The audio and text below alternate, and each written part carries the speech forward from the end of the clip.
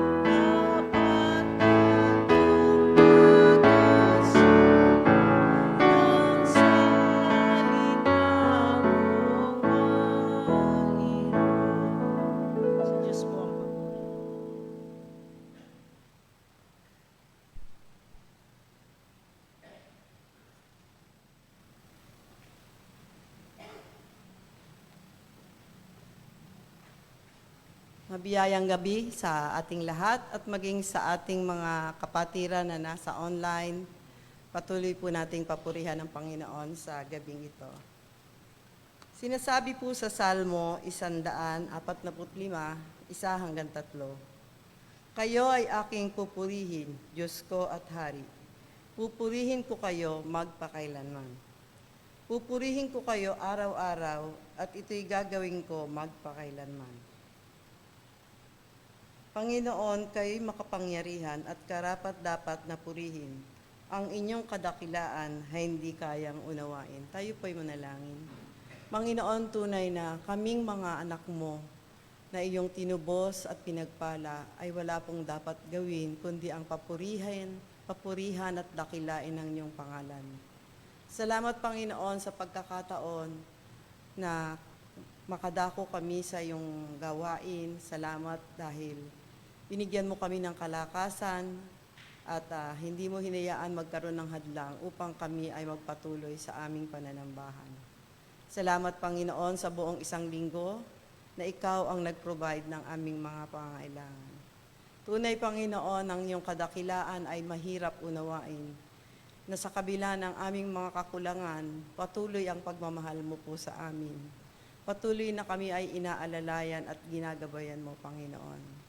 Salamat sa dakilang pag-ibig na patuloy mong pinadadaloy sa bawat isa sa amin, Panginoon. Nawa sa gabing ito, patuloy po kaming ang iyong banal na Espiritu ang patuloy na magturo sa amin upang mas lalo naming maunawaan kung ano po ang nais mong iparating sa amin, Panginoon. Ikaw po, Panginoon, ang manguna at hayaan mo po ang mga kapatid ko na wala pa rito.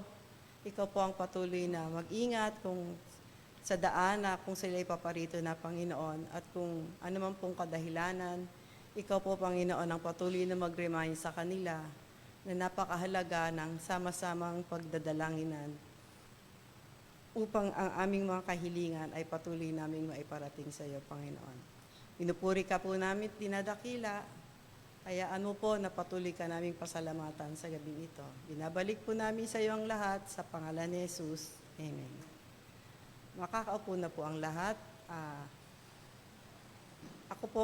Tayo po ay dadako sa ating pagpapasalamat sa ating Panginoon, sa mga pagpapala niya sa atin sa araw-araw. Ako po ay patuloy na nagpupuri at nagpapasalamat sa Panginoon sa pag-iingat niya sa buong isang linggo, sa aking sambahayan, sa aking pag-alis-alis sa araw-araw. Tunay na ang Diyos ay patuloy na nag-iingat at naghatid at nakakaparoon ako sa aking mga pinupuntahan ng ligtas. Salamat sa kanyang kabutihan, sa kanyang gabay. Salamat sa kalakasan ng katawan na patuloy niyang ipinagkakaloob hindi lang sa akin kundi pati sa aking pamilya. Maging na doon sa mga malayong lugar, pagka kinakamusta ko sila naman po ay patuloy na iniingatan ng Panginoon. Kaya kay buti ng Panginoon, kaya binabalik ko sa Kanya ang papurit pasasalamat. Alam ko po na hindi lamang ako ang patuloy na iniingatan ng Panginoon at pinagpapala, maging ang bawat isa po sa atin. Kaya inaantay po ng Panginoon ang inyong mga pasasalamat.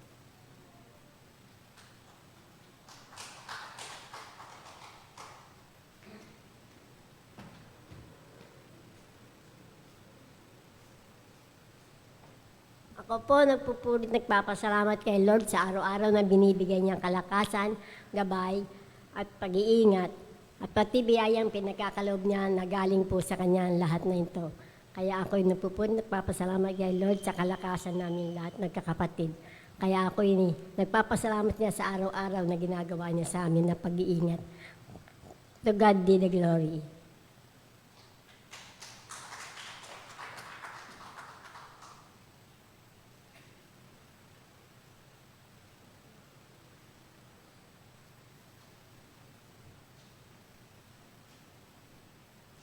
Magandang gabi po sa ating lahat at pati po sa mga kapatid natin na nasa online. Ako po nagpupurit, nagpapasalamat sa Lord sa lahat ng biyaya na pinagkakaloob niya at kulang po ang pasasalamat na na salita para po papurihan siya. At yung anak ko po, pinagpapasalamat ko sa Lord dahil kamakalawa po umuwi sila at nag-chill daw po si Even, and then kinabukasan sa biyaya niya ay gumaling po ang anak ko. Kaya po pinupuri ko po at pinapasalamatan ng Lord pati po sa araw-araw na pagbibigay niya ng buhay at lakas at provision niya sa lahat ng mga kapatid ko, sa amin, sa buong family ko po. Kaya po tunay po na napakabuti ng Panginoon. At kahapon po, tunay po na napakabuti ng Lord kasi po meron po kaming isang pasyente at after po naming tinreat, nakita ko po yung bata, hindi, actually 24 years old na po siya. At nadidepress po siya hanggang po sa winitnessan ko. Tapos po si Ate Julie, pinatanggap niya. Kaya po, super sarap po sa pakiramdam dahil isang kaluluwa na naman po ang tumanggap sa Panginoon at nagpapasalamat po ako dahil ginagamit po ang clinic at kami ni Ate Julie sa pagpapalaganap ng salita niya. Kaya po, lahat po ng mga nangyayaring ito, tunay po na ang Lord po talaga pong the best yung plan niya. Kaya po nagpupuri po ako at nagpapasalamat sa Kanya at willing po kami na kung ano man po ang will niya, na gamitin po kami ay magpapagamit lang po kami. Kaya po binabalik ko po sa Kanya ang papurit pasasalamat.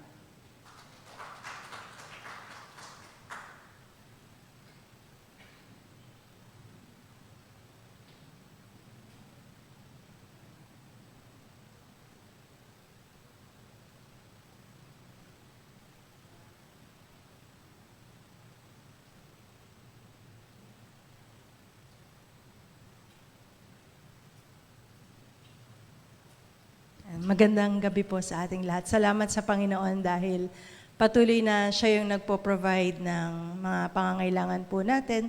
Unang-una sa karunungan, sa tutorial, gayon din sa magandang kalusugan sa buong pamilya. And salamat sa Lord sa mga estudyante na patuloy niyang dinadagdag sa aming tutorial.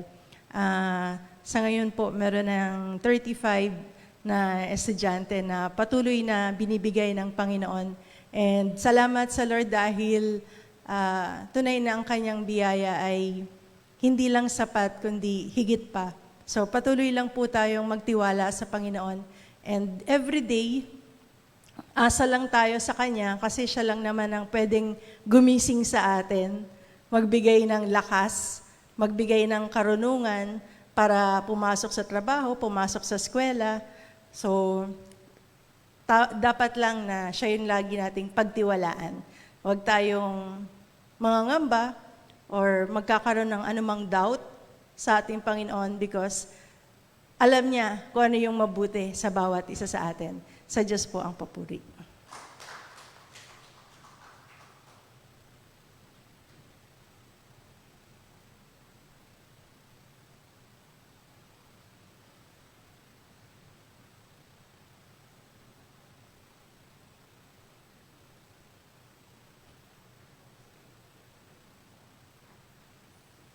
Isang mapagpalang gabi po sa ating lahat. Good evening po. Tunay po na nakakagalak po na tayo ay muling magkasama-sama sa gawain na ito ng pananalangin. At ako po ay nagpupurit din, nagpapasalamat sa Panginoon sa biyaya ng kalakasan at ng buhay na patuloy niyang ipinagkakaloob sa akin at pag-iingat syempre sa Panginoon. Maraming salamat dahil this Tuesday, kahapon, ngayon, hanggang Friday kasi, hindi ko kasama si Pastor Ed to travel. So I'm traveling from here, papunta sa school na nakabike.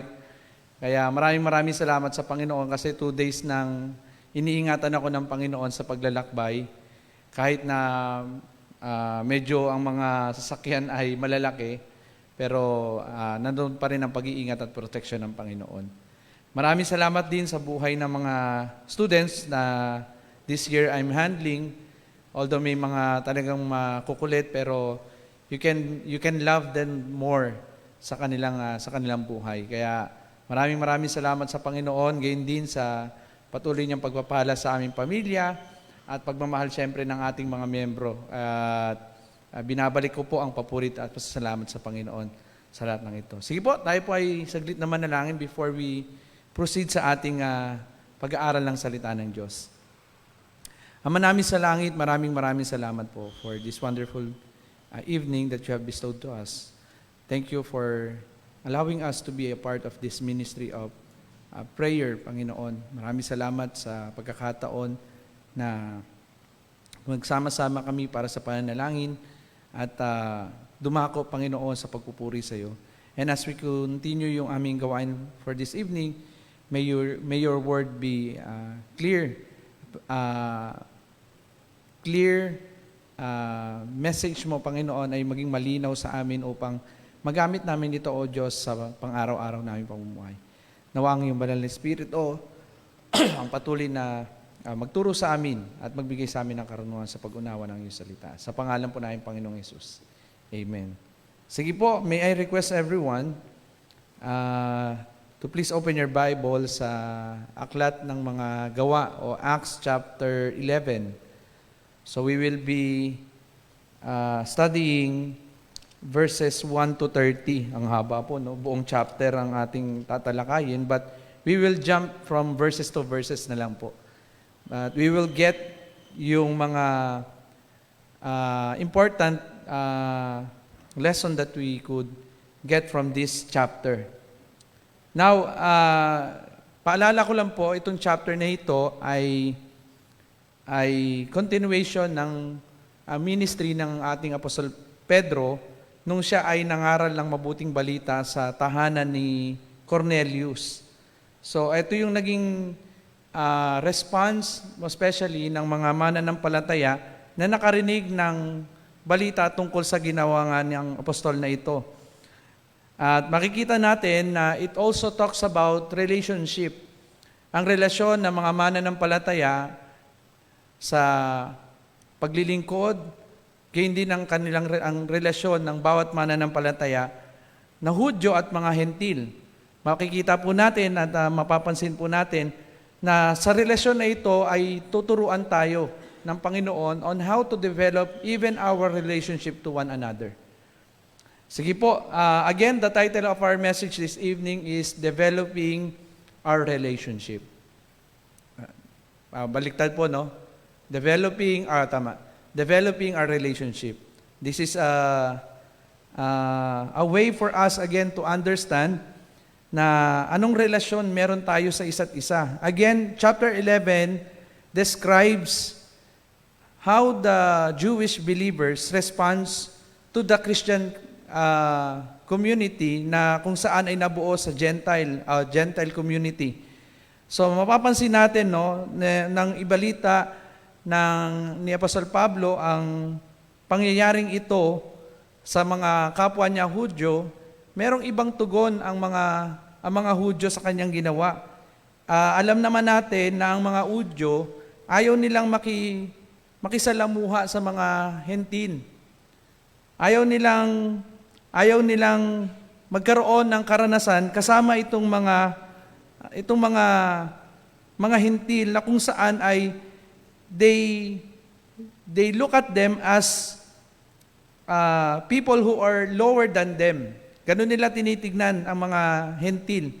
Pero again, sinasabi nga ni Apostol Pablo sa mga taga-Galacia na wala ng Hudyo, wala ng Hentil. Ngayon na tayo ay pinag-isa ng Panginoon sa pamamagitan ng pananampalataya natin pananampalataya sa ating Panginoong Jesucristo, again, wala ng barrier, wala ng pagitan, wala ng hadlang dapat na magkaroon tayo ng ibang damdamin sa ating kapwa, lalo na kung ang kapwa natin ay nananampalataya rin sa Panginoong Yesus. Kaya nga, makikita natin sa mga talatang ito, ang mga bagay na matututunan natin at mauunawaan natin, again, on how we could develop our relationship to one another as brothers and sisters. Now, again, what are the lessons that we could learn from this chapter, the whole chapter, on improving our relationship towards one another? Let's read verse 1. Sabi po rito, the apostles and the believers throughout Judea heard that the Gentiles also had received the word of God. So ito yung magandang balita na kung saan ay dumating sa kanila. Again, narinig nila, nakirinig ng mga mananampalataya, narinig ng mga apostol ang nangyari sa mga hintil, kung paano nilang tinanggap din ang mabuting balita ng ating Panginoon, yung kanyang salita. So when Peter went up to Jerusalem, the circumcised believers criticized him. Eto na. Eto yung problema. Nung umakyat na si Pedro sa Jerusalem upang ibalita yung kanyang yung ginawa ng Panginoon sa mga taong ito, etong mga circumcised, again, yung circumcised believers is yung mga Jewish believers. Imbis na sila ay matuwa, ano ang kanilang naging tugon? Tinanong nila, they criticize what Peter had done. Anong sabi ron in verse 3? They said to him, "You went into the house of the uncircumcised men and ate with them." Sabi niya, bakit ka pumunta ron? Bakit ka pumunta sa bahay ng mga hintil, ng mga pagano, at hindi lang yun, nakikain ka pa sa mga ito. Again, kung babalikan niyo po yung chapter 10, dito po yung ibinahagi ni Apostle Pablo ang mabuting balita sa pamilya ni Cornelius, isang sundalo na may mataas na katungkulan. And ni-reveal ng Panginoon sa kanya kung ano yung dapat niyang gawin at ginawa naman yun doon sa bahay ni Cornelius. Now, ito yung problema na kung saan ay nagkaroon ng pagtatalo o tanong kay Apostle Peter regarding sa mga Hudyo na ito na nakabalita sa ginawa ni Apostle Pablo. But come to think of it, di ba? Yung pagkikriticize o yung pagsabi nila kay Apostle Pablo na bakit ka pumunta ron at bakit ka kumain pa sa lugar na yon, sa tingin niyo po ba, ano ba talaga ang pinakaugat? Bakit kinikriticize nila o tinatanong nila o sinasabihan nila si Pedro ng kanyang ginawa? Sa tingin niyo po, bakit galit na galit o inis na inis ang mga Hudyong mananampalataya sa nangyayari sa mga mananampalatayang hentil na tumatanggap ng mabuting balita? Kasi makikita nyo po, magkakaroon ng maaapektuhan ngayon yung relasyon ni Apostol Pablo o ni Apostol Pedro sa mga mananampalataya na Hudyo. Now again, makikita natin, bakit kaya o saan nag-uugat itong problema na ito between the believers o the Jewish believers and with Apostle Peter? Saan kaya nag-uugat itong problema nila? Bakit nila kinikriticize si Pedro? I believe ang problema na ito ay nag-uugat sa pride ng mga Hudyo. Sa kanilang pride. Yung sa kanilang pinanghahawakan na katayuan sa buhay. Nag-uugat ito dahil tandaan natin na sa lahat ng relasyon ay ang relasyon ng mga Hudyo sa mga hintil ay hindi ganun kaganda. Kaya marahil sa anumang relasyon, tandaan natin din na anumang relasyon na meron tayo, kapag ang pride ay pumasok, anuman ang katayuan natin, nagkakaroon lagi ng pagtatalo. Lalo na itong mga Hudyo na ito. Pansinin niyo po binanggit hindi man binanggit sa mga talatang ito, yung salitang pride, pero makikita po natin, ang salitang ito sa pamamagitan ng kilos at ginagawa at pananalita ng mga mananampalatayang Hudyo. Again, we could learn from this encounter ni Apostle Peter sa kapwa niya mananampalatayang Hudyo, yung unang lesson in order for us to improve yung ating relationship o or to develop our relationship to one another. And that lesson is, number 1, to break our pride. Baliin natin yung bagay na kung saan ay maaaring nagmamataas sa atin, nagbibigay sa atin na tayo ay maging mapagmataas at tumingin sa ating kapwa na mababa sa atin. Ano ang mga halimbawa na ipinakita sa talatang ito na nagkokos na ang isang mananampalataya na hindi nagbe-break o hindi nagbabali ng kanyang ugali na ito, ng pride niya, na nagkokos upang magkaroon ng problema. Again, itong bagay na ito ay dapat wasakin natin, i-break natin dahil nga ito ang nagiging dahilan upang hindi tayo magkaroon ng magandang pagkakaunawaan at relasyon sa bawat isa. Again, number 1 pride na pinapakita rito ng mga Hudyo is yung pride of superiority. The pride of superiority. Again, bakit pumunta si Peter sa mga Hintil at ibinahagi ang mabuting balita sa kanila? Because this is the plan of God. Plano ng Diyos. Di ba? Sabi nga, yung ipinakita ng Panginoon kay Peter, yung vision, di ba? Sabi ng Panginoon, you eat this food, kainin mo itong mga pagkain na ito. Sabi niya, Lord, hindi ako kumakain ng mga pagkain na yan na marurumi. Pero ano sabi ng Panginoon sa kanya? Kung ano man ang ibinigay ko sa iyo na galing sa akin, ayan ay malinis na. So, hindi naman sa literal na pagkain ipinapakita ng Panginoon yung vision na yon, but through the message, yung word niya, na maibabahagi sa mga Hintil. And that is the message of what Cornelius had received and his whole family. Pero inyo po, yung sambahayan ni Cornelius, tumanggap sa Panginoon. And this is the problem na kung saan ay napangyari sa mga Hudyong ito who question Peter sa kanyang ginawa because they believe that they are superior to the Gentile people. Mas mataas sila. Bakit? Kasi pinili sila ng Diyos eh. Sila ang piniling bayan ng Diyos. Pero tandaan natin, kung babalikan natin ang Old Testament, yes, they are the chosen nation, but the Lord, when the Lord blessed Abraham, anong sabi ng Panginoon kay Abraham? You will be a blessing to other nation. Magiging pagpapala sila sa ibang mga bayan.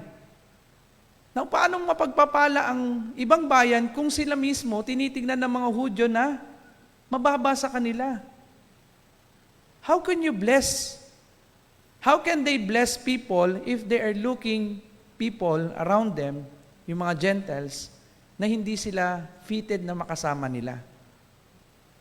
Di ba? Sometimes ganito rin tayo eh. May mga attitude din tayo that we are thinking superior to other believers. And because of that superiority, parang ayaw na nating makisalamuha at makisama sa kanila. And that is what the Lord is teaching to us. Ipinakita ni Pedro na yung ginawa niya ay pagpapakumbaba. Yung pagpunta kay Cornelius, pakiki-fellowship sa kanila, pakikisama, pakikikain sa kanila, ay pagpapakita ng pagpapakumbaba. Ipinakita lang ni Pedro sa harap ng mga kapatid na ito na yung ginawa niya ay hindi masama. Ngunit ito ay katuparan ng plano ng Diyos para sa sangkatauhan, lalo na sa mga Hintil. Pansinin niyo po yung naging tugon ni Pedro, hindi naman siya nag-react ng marahas. Naging mahinahon siya sa pagpapaliwanag at kung babasahin po natin in verse 4, but Peter began speaking and proceeded to explain to them in orderly sequence saying, ibig sabihin, ito yung paliwanag niya ng pagkasunod-sunod. Sabi niya, I was in the city of Joppa praying, and in the trance I saw a vision an object coming down like a great sheet lowered by 4 corners from the sky, and it came right down to me. And when I had fixed my gaze on it and was observing, I saw 4-footed animals of the earth, and the wild beasts, and the crawling creatures, and the birds of the air. So yung vision, nakita siya na may bumababa mula sa langit na mga animals na may 4 na paa, yung mga gumagapang, mga ibon. In verse 7, I also heard a voice saying, "Get up, Peter, kill and eat." Patayin mo, Peter. Tapos kainin mo. In verse 8, but I said, by no means, Lord. Alam niya na agad yung vision comes from the Lord. Diba? Sabi niya, by no means, Lord, for nothing unholy or unclean has ever entered my mouth. Sabi niya, Panginoon, walang anumang maruming pagkain ang dumapo, no? Ang pumasok sa aking mga bibig. Katulad ng mga pagkain na ito, but a voice from heaven answered a second time, what God has cleaned, no longer considered unholy. Kung ano yung nilinis daw ng Panginoon, yun ay malinis na at banal na sa kanyang harapan. This happened 3 times. Okay, this happened 3 times and everything was drawn back up into the sky. Just imagine, hindi lang isang beses nakita ni Peter yung vision, but 3 times. And behold, at that moment, 3 men appeared at the house in which we were staying, having been sent to me from Caesarea. And the Spirit told me to go with them without misgiving. These 6 brethren also went with me and entered the man's house. And he reported to us how he had seen the angel standing in the house and saying, "Send to Joppa and have Simon, who is also called Peter, brought here, and he will speak the words to you, by which you will be saved, and you and your whole household." So ibig sabihin, merong lalaki from Joppa ang nakakita rin ng vision at sinabi sa kanya, may darating diyan sa inyo. Ang pangalan niya ay Pedro at ibabalita niya sa inyo ang mabuting balita. At tatanggapin niyo ito at kayo, ikaw at ang iyong sambahayan ay maliligtas. Now again, ito yung nangyari, ito yung binalita ni Apostol Pedro sa mga kasama niyang mga mananampalatayang Hudyo.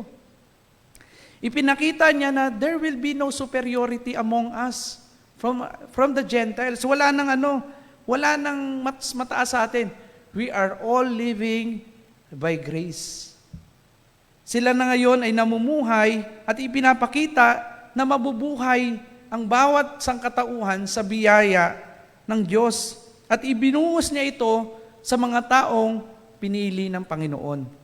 Kaya ang pagiging mataas o superior sa iba ay hindi nagpapakita ng totoong puso ng binagong buhay ng Diyos.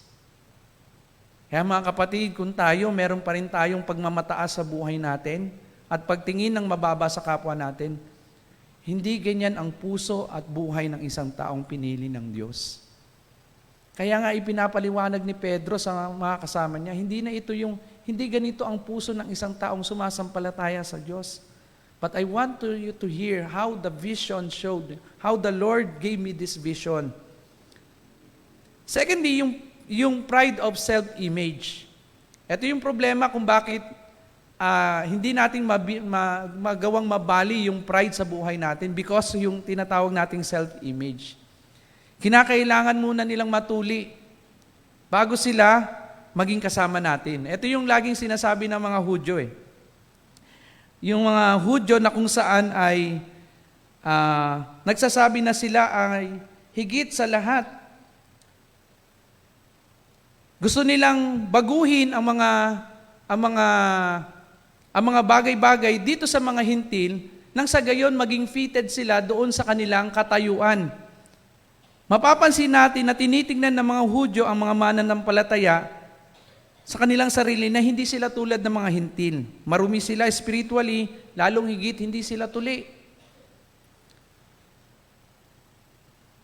Now, in order for them to be a part of their group, kinakailangan muna nilang magpatuli.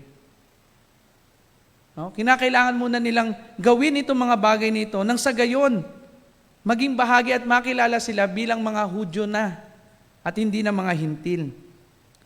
Kaya maaalala nyo, no, sinuway pa nga ni Pablo si Pedro, nung makita ni Pablo si Pedro na biglang lumayo. Nung sila ay kasama ng mga hintil, may mga Hudyong mananampalataya na dumating, bigla siyang lumayo. Nag-back out, nag-move back siya kasi ayaw niyang makita siya ng mga kasama niyang Hudyong mananampalataya na nakikisalo sa mga hintil. Kaya gano'n na lang yung inis ni Pablo kay Pedro eh. So again, minsan nagkakaroon tayo ng critical attitude katulad ng mga Hudyo na ito, that we have this attitude na we are protecting an image sa ating kapwa.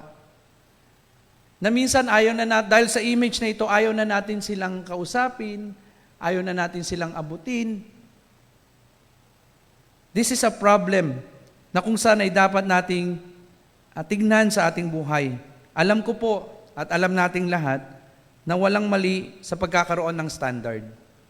Na walang mali yan.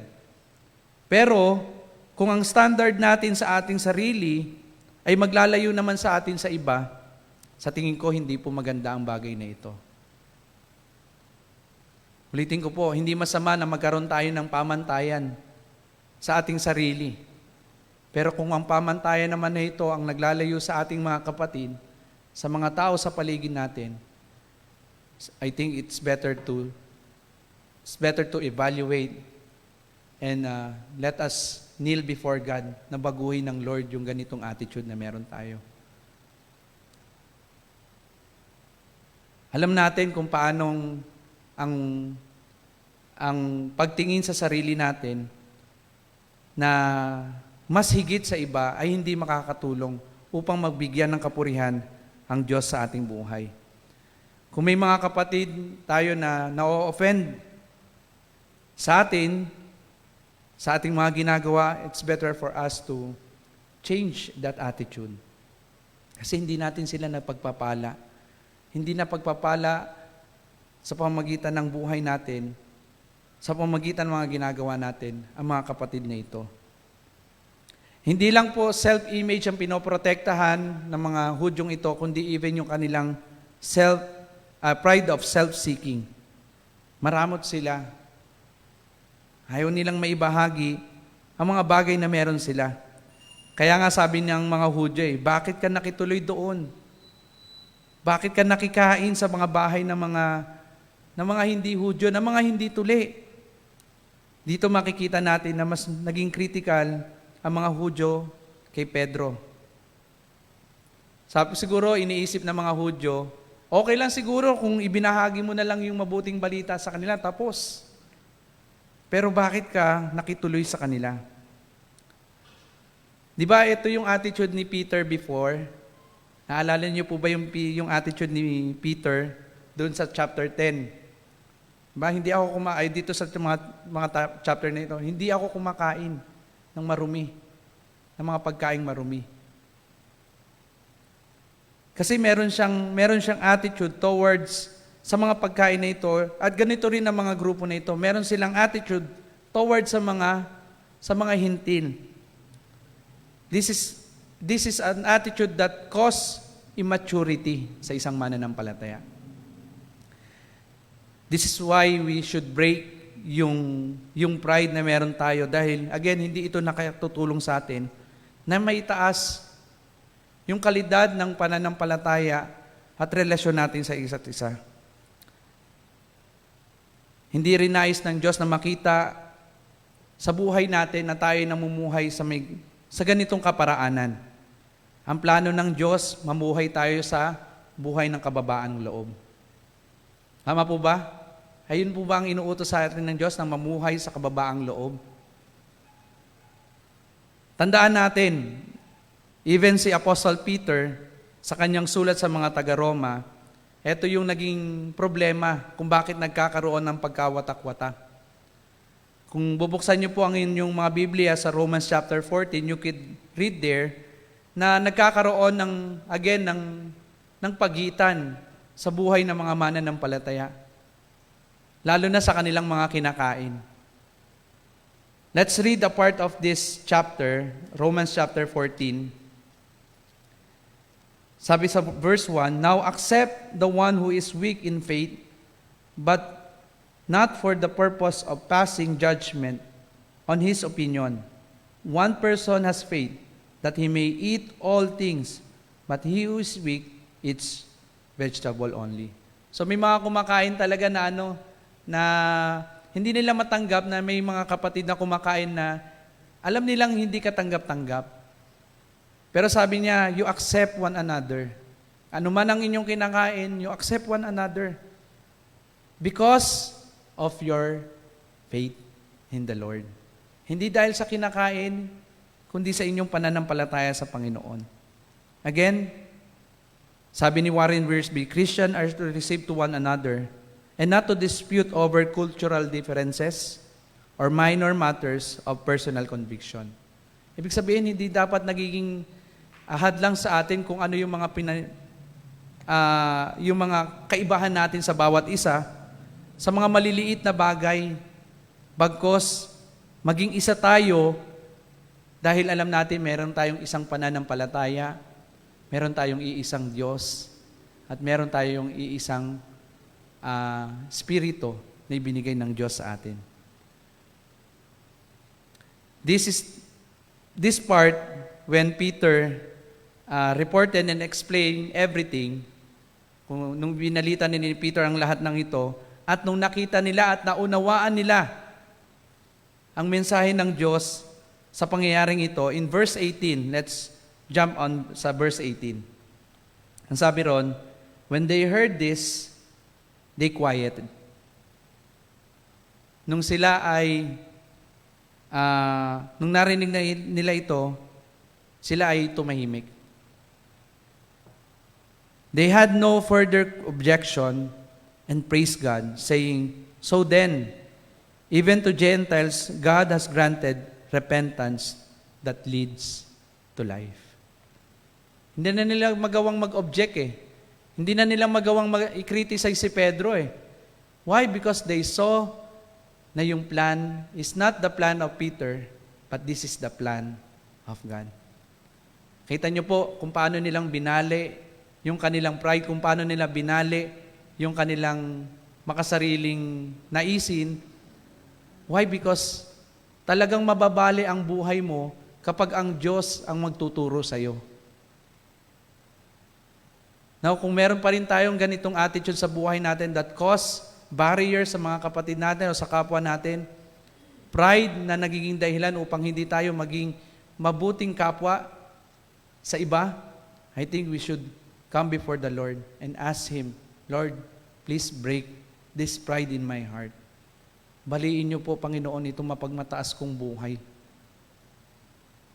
Kasi once na baliin ng Diyos ang buhay at ugali na ganyan, I believe, katulad ng mga taong ito, we could see clearly the plan of God. Maganda rin na matutunan natin na kung tayo ay magbubukas ng ating sarili, tandaan natin, merong magandang resulta at tugon ng Panginoon sa buhay na binabali ang pride. Nagkakaroon ng pagkakaisa, nagkakaroon ng kapurihan sa Diyos, at lalong higit, mararanasan ng biyaya ng Diyos kung paano siya kumilos. Second lesson, verse 19, "Now those who had been scattered by the persecution that broke out when Stephen was killed traveled as far as Phoenicia, Cyprus, and Antioch, spreading the word only among the Jews." Ito, in verse 19, makikita natin na ipinapakita rito kung ano yung nangyari sa mga na-persecute na mga Hudyo. They were scattered, no? Lalo na nung time na si si Stephen ay namatay. Sino ang nagpapatay kay Stephen? Sino po? Si Pablo. No, siya yung naging instigator para si Stephen ay patayin. So, nung namatay si Stephen, yung mga mananampalataya ay na-scattered in different cities. So, napunta yung iba sa Phoenicia, sa Cyprus, sa Antioch, and these places also spread na ipangaral ang mabuting balita sa mga lugar na ito. So imagine niyo po, no, kinakailangan pang ma-persecute ang mga Hudyo, ang mga mananampalataya, para pumunta sila sa iba't ibang dako para may bahagi ang mabuting balita. Now, ang problema, ibinabahagi nila ang mabuting balita kanino? Sa kapwa nila mga Hudyo. Now, may problema pa rin. May problema pa rin pagdating sa pamimili na kung sino yung mababahagian ng mabuting balita. Now, in verse 20, however, some of them, men from Cyprus and Cyrene, went to Antioch and began to speak to the Greeks. May mga kalalakihan from Cyprus and Cyrene na pumunta sa Antioch at nangaral sila ng mabuting balita sa mga Greeks o sa mga Griego, telling them the good news about the Lord Jesus. Verse 21, the Lord's hand was with them, and a great number of people believed and turned to the Lord. Now, the second lesson that we could learn from these verses is this. In order for us to develop our relationship towards another, we must bridge the gap. Kailangan nating magtayo ng mga tulay, ng pagkakasundo, tulay ng pag-abot. Kasi may tulay na hindi matawiran. Why? Because yung tulay ay sira. After a period of discussion, explanation ni Peter sa mga mananampalataya sa Jerusalem, now he proceed to the next scenario. The situation, the believers from the different parts of the world who are been persecuted because of Peter, because of Stephen, and because Saul is hunting the believers, those believers have been scattered and now facing a great deal of relational challenges. So yung pagkalat nila, nagkaroon sila ng malaking problema pagdating sa relasyon kasi napunta na sila sa ibang dako eh. They are living in a place where native people and certain places, and that certain places or place could be a great challenge for them. But in this part of the account, we can discover not difficult challenges, no? Hindi lang po mahihirap ang kinakaharap ng mga mananampalataya na ito. Yung pag-scattered nila, hindi po ito yung magdudulot sa kanila ng mas lalong paghihirap. But I believe yung pag-scattered nila is a great opportunity to plant a church and to nurture a church. Rather to be afraid because they were persecuted and in a certain time they leave their places, but because of that, they became bold and courageous to spread and preach the gospel of Christ everywhere. There are wonderful things na kung saan ay makikita natin dito that causes the men of Cyprus and Cyrene, kasi yung mga Hudyo na nagkalat, nangangaral lang sa kapwa nila Hudyo eh. But these men from Cyprus and Cyrene, nameless ministers, workers who step out and make an extra effort to reach out to others. Sabi nila, hindi lang pwede sa mga Hudyo. May pangaral ang mabuting balita. So they went out. They speak. They preach the gospel.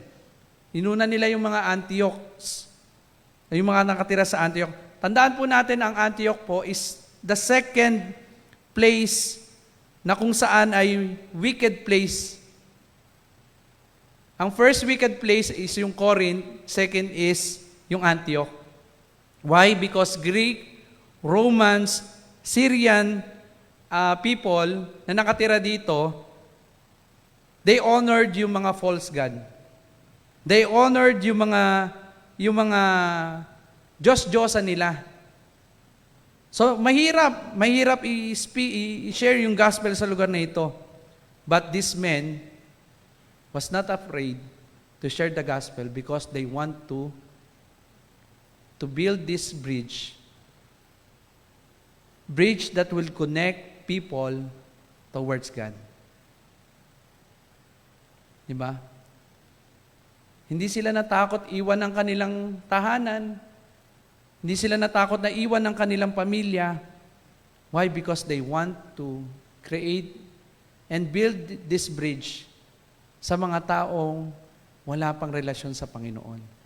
Now, hindi natin alam, sabi ng ilang komentary, itong mga men of Cyprus ay mga hentil din. Some believe na ito ay mga Hudyo din. No, hentil man o Hudyo, we believe that these men are men of courageous. Matapang sila. Matapang silang ibahagi ang mabuting balita. Kasi alam nila that this would create an impact sa mga taong kanilang mababahagian. Again, what would be the benefit if we will build and bridge gap towards one another? The Lord will bestow His blessing to us. Pansinin niyo po in verse 21. Verse 21, the Lord's hand was with them. Habang nangangaral sila ng mabuting balita sa mga lugar na ito, ang kamay ng Diyos ay nasa sa kanila. Bakit nasa sa kanila ang kamay ng Diyos? Kasi nagtatatag sila ng mga tulay na magbibigay daan upang ang mga tao ay makarinig ng mabuting balita at sumampalataya sa kanila. Ito yung kapakinabangan kapag nagbibuild tayo ng mga tulay. Pangalawa, the Lord will broaden even yung influence natin. Yung ating impluensya ay mas palalawakin ng Diyos. Pansinin niyo po, a great number of people believe. Sa verse 21. Napakaraming tao ang sumampalataya sa Panginoon. Hindi lang isa, hindi lang dalawa, kundi marami. Maraming kaluluwa ang naidadala sa pananampalataya sa Panginoon. Anong dahilan nito? Meron silang tapang ibahagi ang mabuting balita.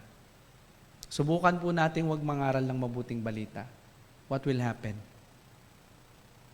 Wala. Ako po, natutuwa, meron tayong mga kapatid sa church na nandoon yung desire ng puso. Again, hindi naman sila eloquent sa pagsasalita eh. Hindi naman sila mahusay, no? Na magsalita.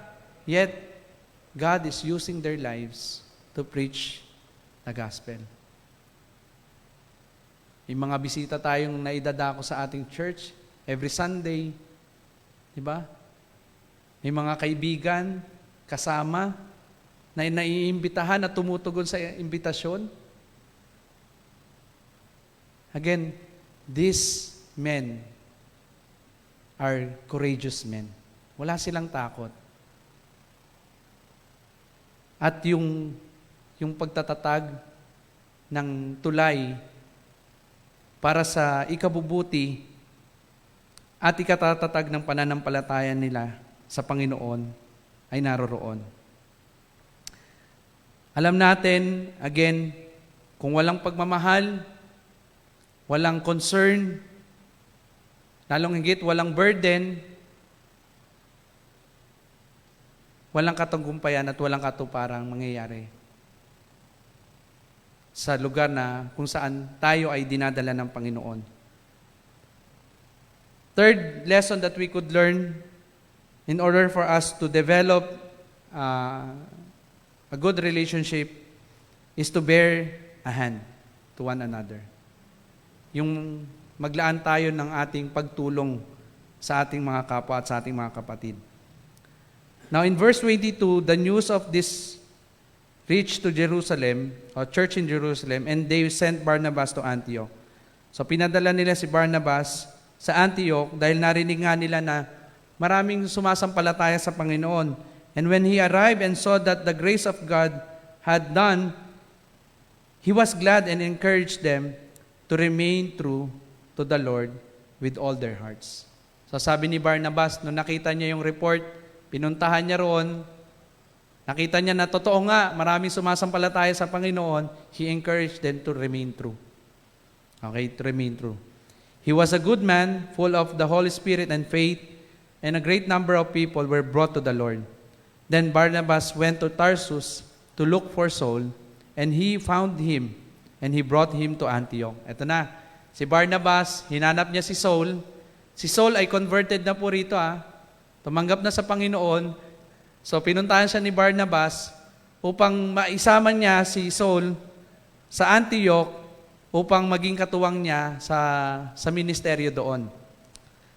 For the whole year, Barnabas and Saul met with the church and taught great numbers of people. The disciples were called Christian first at Antioch. So ito yung unang account na tinawag ang mga mananampalataya, Hudyo man o Hentil, na Christians. So wala nang Hudyo, wala nang Hentil, ang meron na lang ay Kristiyano na lang. Okay, Kristiyano na lang. Pansinin niyo po, naging katuwang ni Barnabas si Saul sa pagtuturo sa kanila. In verse 28, one of them named Agabus stood up and through the Spirit predicted that severe famine would spread over the entire Roman world. Sa lahat ng nasasakupan ng mga Romano, sabi ni Agabus, there will be a great famine. Magkakaroon ng matinding tagutom. The disciples, as each one was able, decided to provide help for the brothers and sisters living in Judea. This they did, sending their gifts to the elders by Barnabas and Saul. So mapapansin niyo po kung paano pong nagbigay tulong ang mga mananampalataya sa Jerusalem para sa mga mananampalataya na magkakaroon ng problema. Hindi lang po yun. Nagbigay din ng tulong si Barnabas kay Saul. Binigyan niya ng tulong itong tao na ito, kinuha niya upang maging katuwang niya sa ministeryo. Gayon din, naging malaking tulong din si Barnabas sa mga mananampalataya sa Antioch. Ito po yung nais ko pong ipakita sa atin. Na yung pagtulong natin sa bawat isa, yung pagtulong natin sa mga kapatid na nangangailangan, yung pagtulong natin sa mga taong nasa paligid natin, is one of the greatest ministry that we have na ibinibigay ng Panginoon. Yung extending your hand to help a brother or a person. Nakakatuwa po sa church natin, even though we do not have, hindi naman tayo mayayaman, but we could help one another financially. Diba? We could extend our pockets and give certain amount just to help a brother. It only shows how the Lord is working in our hearts. Diba? Kasi kung wala kang concern sa kapatid mo, you will not dare to help that brother or sister. You will just ignore everything. Pero nakakatuwa, ako nalulugod po ang aking puso na makita ang bawat mananampalataya sa church na ito that we are doing our part. Helping one another, teaching one another. Teaching is also a way of helping a brother. Diba? Yung pagturo mo sa kanyang buhay espiritual, diba? Kung paano siya mangaral ng mabuting balita o paano siya mag-aral ng salita ng Diyos. Extending your time to them. Yung makasama mo rin ang isang kapatid sa ministeryo. Inaayaw mo siya lagi, let us go to the ministry. Join tayo sa gawain. 'Di ba? Isang instrumento rin 'yon ng pagtulong natin sa bawat isa. Hindi dapat tayo hindi bayaan mo na yan, ako na lang unang pupunta ron. Kung pumunta siya o hindi, bahala na siya sa buhay niya. Hindi dapat ganun. You always take time na itong tao na ito ay, mga kapatid na ito, maisama natin sa paglilingkod sa Panginoon. And because of that, I believe true relationship will be built sa bawat isa sa atin. Bakit? Kasi may concern. May concern. Kung wala kang concern sa kapatid, you will left him behind or left her behind. Alam ko po yung pagde-develop ng relationship natin sa bawat isa. Although we are all different sa ating mga kinalakihan. Pero dahil meron tayong iisang Diyos, yung pagtatatag at pagpapatibay ng relasyon natin ay hindi dapat nahadlangan unang-una ng ating pagmamataas o ng ating sarili. Hindi dapat ito na nahadlangan maging ng mga bagay sa buhay natin. Hindi dapat ito nahadlangan kung ano yung katayuan mo, kung ano yung katayuan ko. Alam natin na meron tayong iisang katayuan. Yon ay katayuan ng pananampalataya sa Diyos. Diba? Tapos na yung panahon na grupo-grupo. Tapos na yung panahon na ito yung grupo ko, ayoko sumama sa inyo, ito lang yung grupo ko. Ito lang yung aking grupo. Tapos na yung mga panahon na ganyan. Wala na dapat mga ganyang uri ng pag-uugali. Pagkos dapat ang panahon na ito ay panahon ng pag-ibig sa isa't isa. Panahon ng pagbabalik ng relasyon sa bawat isa. Kung may mga nasirang relasyon, hindi ito yung gusto ng Panginoon eh. Gusto ng Panginoon laging buo yung relasyon natin. Again, meron mang mga bagay na maranasan tayo, madismaya ka man o madisappoint ka man sa isang kapatid, dapat hindi iyon nagtatagal. Dapat mas umiiral yung biyaya ng Diyos at pag-ibig niya sa atin. Kaya kung meron mang mga sirang relasyon, dapat nagkakaroon ng magandang ugnayan o nagkakaroon ng tulay ng pagkakaayos. Gayun din na ipapakita rin natin ang isang magandang relasyon sa kung paano tayo nagtutulungan sa bawat isa. So, may mga kapatid tayo na nangangailangan ng tulong. Again, kung tayo ay available, kung tayo ay bukas ang ating oras, you go there and help that brother or sister. Okay? Ako natutuwa kasi sa church na ito, you will feel the love of, hindi lang ng brother but a love of a family. Diba? Mararamdaman mo ang pag-ibig ng isang pamilya sa lugar na ito. Kaya, muli magandang gabi mga kapatid. Maraming salamat sa buhay ng bawat isa. And again, let us build a good and spiritual relationship towards each other through the Lord and through our faith in Him. Let's pray. The Lord, maraming salamat po Panginoon sa gabing ito. Thank you very much for your goodness. Thank you very much for your grace, Panginoon, that you have extended this grace towards us.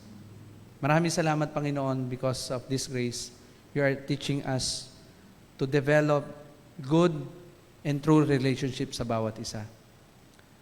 Sa panahon ng mga apostol, Panginoon, sa mga unang mga mananampalataya, we believe na nagkakaroon ng mga pagitan at mga hadlang upang magkaroon ng pagkakaugnayan. Pero iba na, Panginoon, hindi na ganito ang naisin mo para sa aming buhay. Gusto mo, Panginoon, ng buhay ng iyong mga tinawag ay maidako sa pagkakaisa at maidako sa isang relasyon ng mayroong tunay na pagmamahalan. Samahan mo kami, O Diyos, na ang pagmamahal na ito ay magbunga ng marami pang pagmamahal, O Diyos, na tutulong, aagapay, at magiging daan, Panginoon, upang mas lalo kaming maging daan ng pagpapala. Hindi lang sa aming mga paligid, kundi lalong higit sa aming mga kapatid. Lord, maraming salamat sa pagkakataon na muli naming makita mula sa iyong salita ang mga aral na ito. Alam po namin, Panginoon, na magiging malaking tulong ito para sa amin, lalo na sa aming hakbangin ng paglago at pananampalataya. Maraming salamat, O Diyos. Ito po ang aming dalangin sa pangalan po namin, Panginoong Yesus. Amen. Magandang gabi po.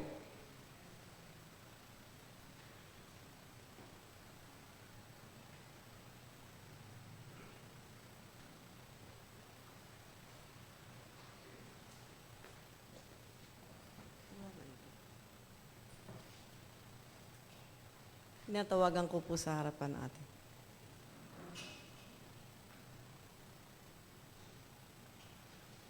Tayo po ay manalangin.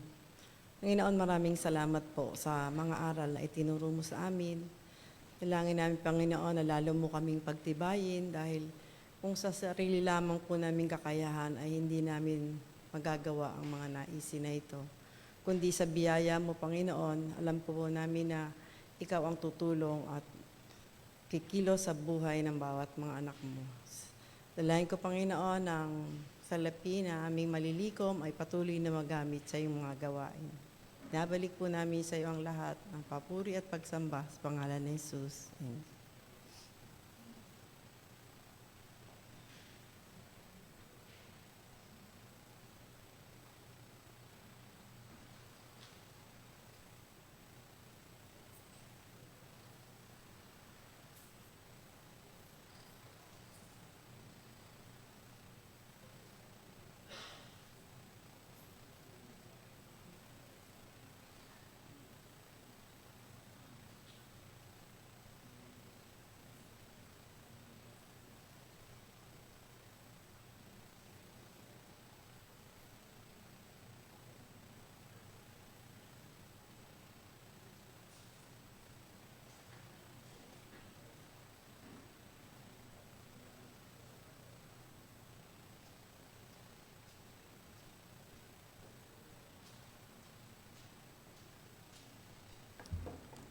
Tayo po ngayon ay dadako sa ating pong pananalangin. Ako po ay samahan ninyo upang idulog po natin ang ating mga kapatid sa Panginoon at gayon din ang ating pong bansa. Tayo po ay manalangin. Dakilang Diyos na aming Ama at makapangyarihan sa lahat. Patuloy po kami, O Diyos, na nagpapasalamat po sa inyo.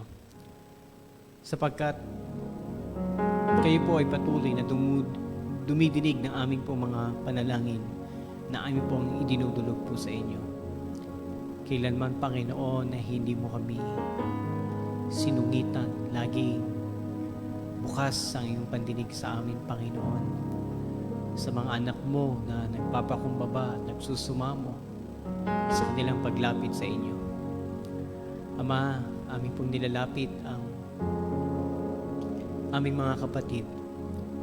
Unang-una na rito yung mga kapatid po namin na mayroong pong mga karamdaman. Una si Pastor Sam, Panginoon, sa kanya pong pagpapagaling. Dalangin ko po, O Diyos, na patuloy mo, bigyan po siya ng kalakasan.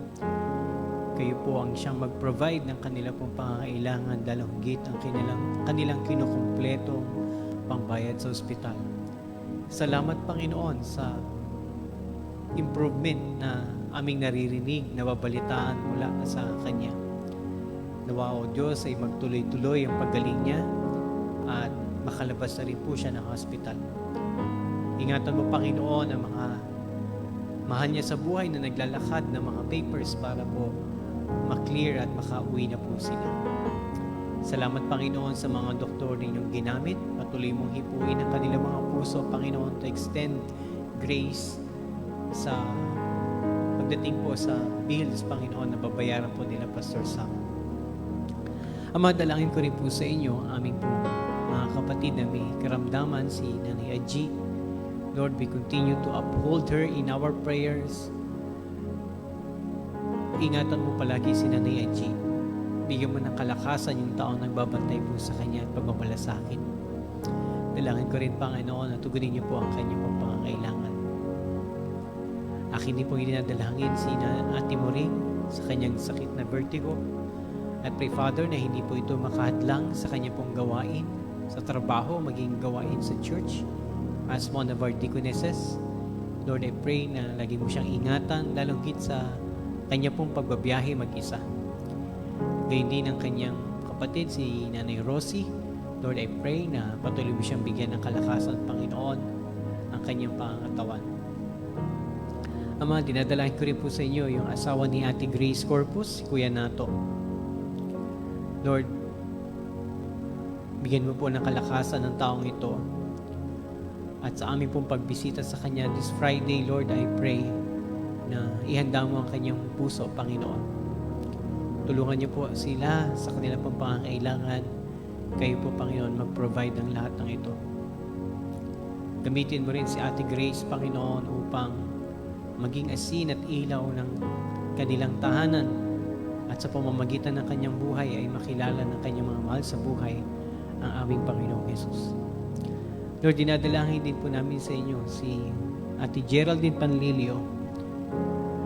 Dalangin ko, Panginoon, na patuloy mong tugunin ang kanyang pangangailangan at nawa, Panginoon, ay makasurvive po siya sa kanyang karamdaman. Ingatan mo palagi siya at ang kanyang buong sambayanan. Tulungan niyo po silang malagpasan ang karamdamang ito at pagsubok na ito na kanilang kinakarap. Ama, akin din pong dinadalangin po sa inyo ang mga pamilya ng aming mga kapatid. Hindi ko man po maisa-isa ang kanilang mga pangalan, ngunit kayo po, O Diyos, ay all-knowing.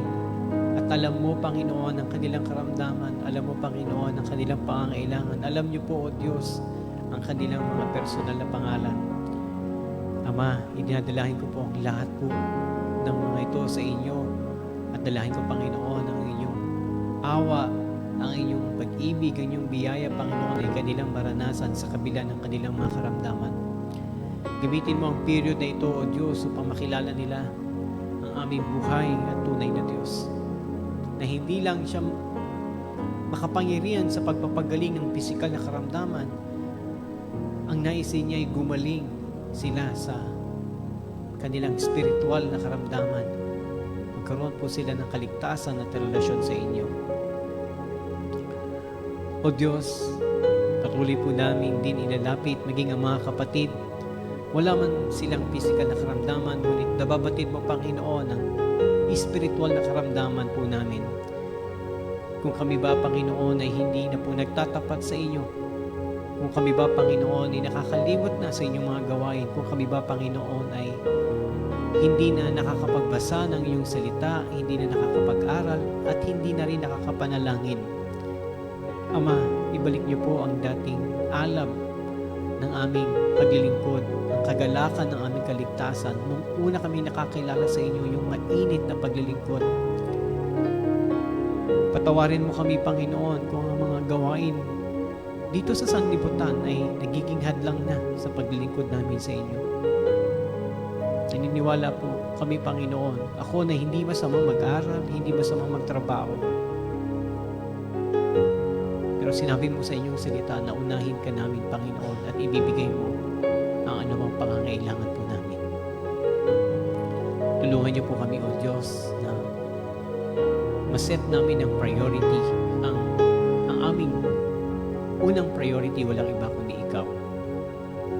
Tulungan mo kami, Panginoon, na magtiwala po sa inyo, sa inyong salita, na kung uunahin ka namin, ay pagkakaloob mo ang lahat ng kailangan po namin.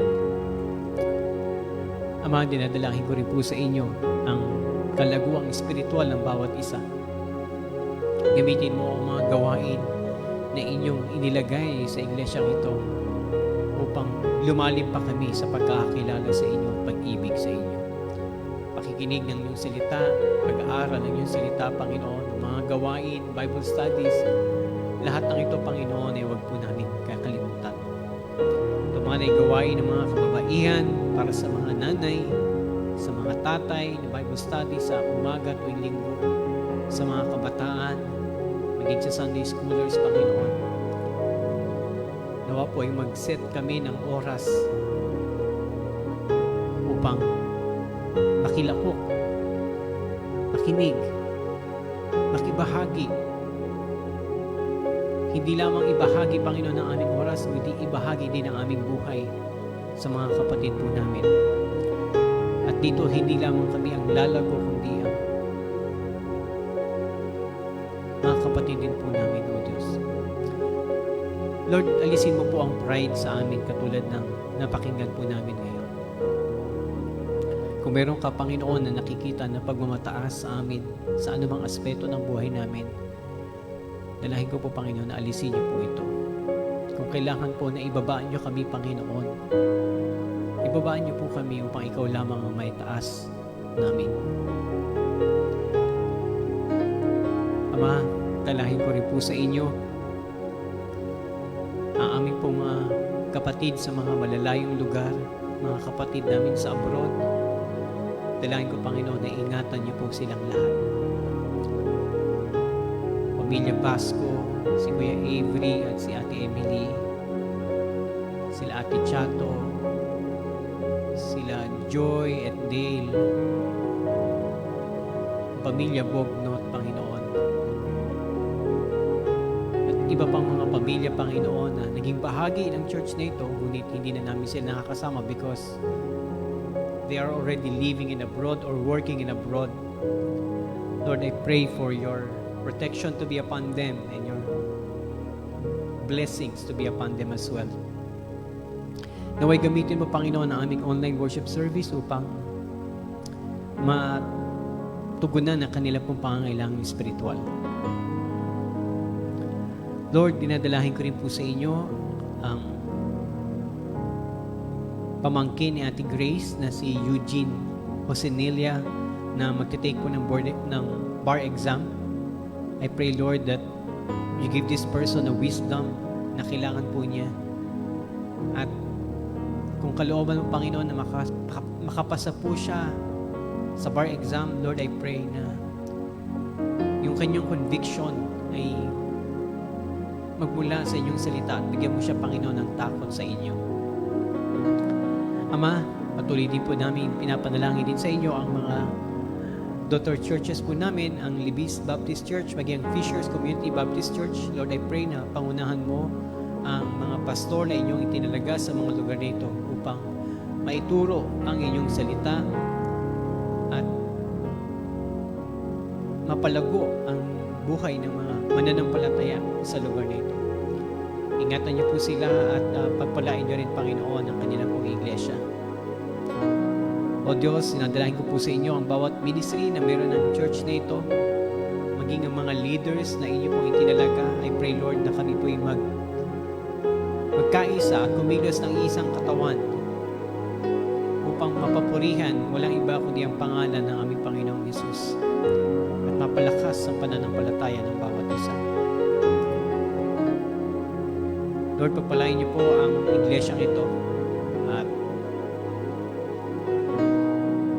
palalimin mo kami, Panginoon, maging sa pag-ibig, pag-unawa, pagpapakumbaba. Ama, dinadalangin din po namin sa inyo ang aming pong pamahalaan. Ang aming presidente, vice-presidente, mambabatas, mga lokal na opisyal, maging ang mga barangay official, Panginoon. Nalangit yung barangay official na nakakasakop po sa amin. Dalangin ko, Panginoon, na pangunahan niyo po ang kanilang mga buhay. Bigyan niyo po sila ng karunungan at lalong higit ang takot po sa inyo. Tulungan niyo po sila sa mga desisyon na kanilang pong kinakaharap. Huwag silang masilaw, Panginoon, sa pera, kundi magkaroon sila ng takot, Panginoon, sa kanilang gagawin. At maunawaan po nila na ang kanilang posisyon ay hindi nagbula sa kanila, kundi nagbula po sa inyo. Tulungan mo sila, Panginoon. Samahan niyo po sila. At dalangin ko rin na pagpalain niyo po sila. Maraming salamat, Ama. Tunay nga, Panginoon, na Ikaw ay mabuting Diyos at ang inyong katugunan palagi ay perpekto at sa ikabubuti ng inyong mga hinirang. Sa inyo po namin tinataas ang panalangin ito na mayroong papuri at pasasalamat sa pangalan ni Jesus na aming Panginoon at Tagapagligtas. Amen. Tayo po'y makakahanap ng ating pang prayer partner for our personal prayer request.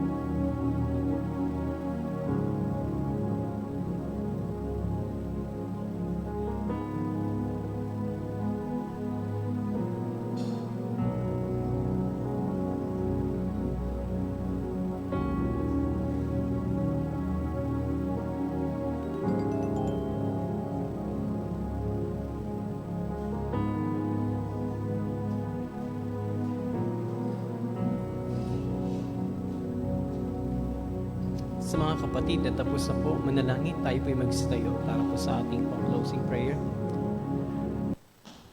Dakilang Diyos, maraming salamat po muli sa iyong pagsama sa amin. Salamat maging sa kaloob ng technology, Panginoon, na naggamit ng aming mga kapatid na nasa malayong lugar. Salamat, Panginoon, sa pagpapala pong ito. At kahit online, Panginoon, ay nakasama po namin sila sa pag-aawitan, pakikinig, at maging sa panalangin. Ama, sa amin po naririto, dalahin ko po ang inyo pong pag-iingat sa amin, sa aming pong pag-uwi. Bitbit, Panginoon, ang mensahe po ninyo na dapat po namin ibaba ang aming mga sarili. Huwag namin isipin na kami higit sa iba. Upang sa gayon, Panginoon, ay maabot namin ang isa't isa at hindi kami magkailangan, hindi kami, Panginoon,